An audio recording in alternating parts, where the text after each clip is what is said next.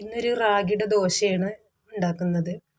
അതിന് ഉഴുന്നും ഉലുവയും ഒരു 6 മണിക്കൂർ കുതിർത്തിയതാണ്. അതിലേക്ക് റാഗിയുടെ പൊടി വെച്ചിട്ടാണ് ചെയ്യുന്നത്. പൊടിയിൽ കുറച്ച് വെള്ളം ഒഴിച്ച് കുതിർത്ത് ഈ ഉഴുന്നിൻ്റെ ഉലുവയുടെയും കൂടെ പാകത്തിന് വെള്ളം ഒഴിച്ചിട്ട് അരച്ചെടുക്കുക. എന്നിട്ട് ഒരു 6 മണിക്കൂർ 7 മണിക്കൂറെങ്കിലും കഴിയണം, എന്നാലേ ഇത് നല്ല പൊന്തി വരുള്ളൂ. പൊന്തി വന്നതിന് ശേഷം നമുക്ക്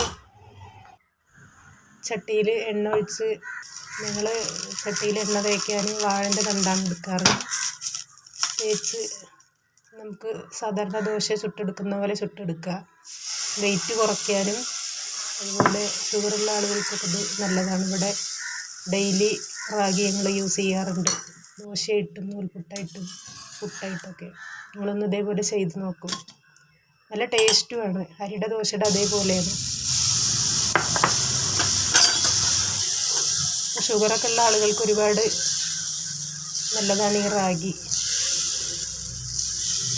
ഇതേപോലെ ഉണ്ടാക്കി നോക്കും.